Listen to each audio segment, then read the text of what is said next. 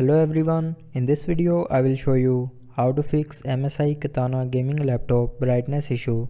So before starting the video, don't forget to subscribe the channel and also press the bell icon. So to fix this issue, follow every single step as I am showing you in this video.